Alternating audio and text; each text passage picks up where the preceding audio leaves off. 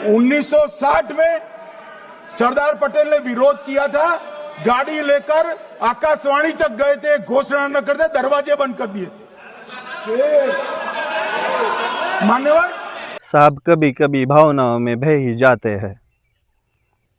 मी rewind करू, मी इतिहासाचा विद्यार्थी नाहीये, मी ॲस्ट्रॉनॉट आहे.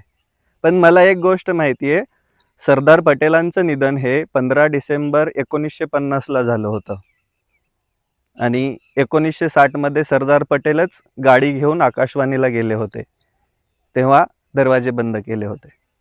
आणि साहेब इतिहासाचे विद्यार्थी आहेत आणि साहेबांचं एकच काम आहे, स्वतःचं काही सांगायचं नाही. म्हणजे आपण मागचे 11 वर्ष झालं काय करतोय ह्याच्यातलं काही सांगायचं नाही, पण 11 वर्षापूर्वीचा सगळा इतिहास जनतेला सारखा सारखा सांगायचा.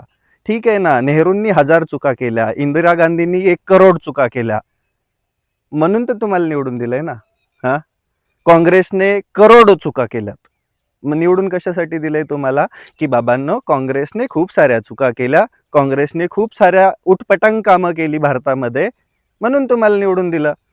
मग मागच्या 11 वर्ष झालं तुम्ही त्या काँग्रेसच्या जीवावरतीच फक्त जगतायत. काँग्रेसने हे केलं, काँग्रेसने ते केलं.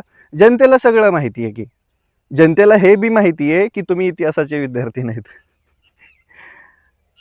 मी ॲस्ट्रॉनॉट आहे, पण तुम्ही काही करा. अहो, किती म्हणजे लाजिरवाणी गोष्ट आहे. या लोकांनी ना अक्षरशः तमाशा मांडलाय देशाचा, अक्षरशः तमाशा.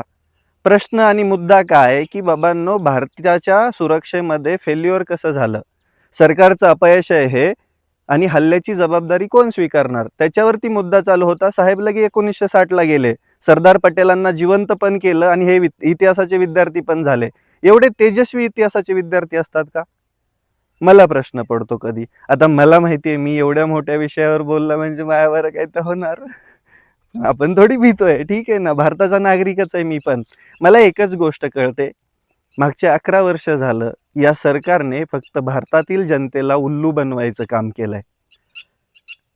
जनतेने यांना भरभरून प्रतिसाद दिला यांच्या जुमल्यांवरती, आणि आज अशी अवस्था झाली आहे की यांना फक्त मागच्या गोष्टी काढण्यामध्येच इंटरेस्ट आहे. अरे आजच्या विषयावर बोला ना, आज काय चाललंय याच्यावर बोला ना. मागचा इतिहास काढून काय करायचंय? आता काय फरक पडणार आहे त्याने?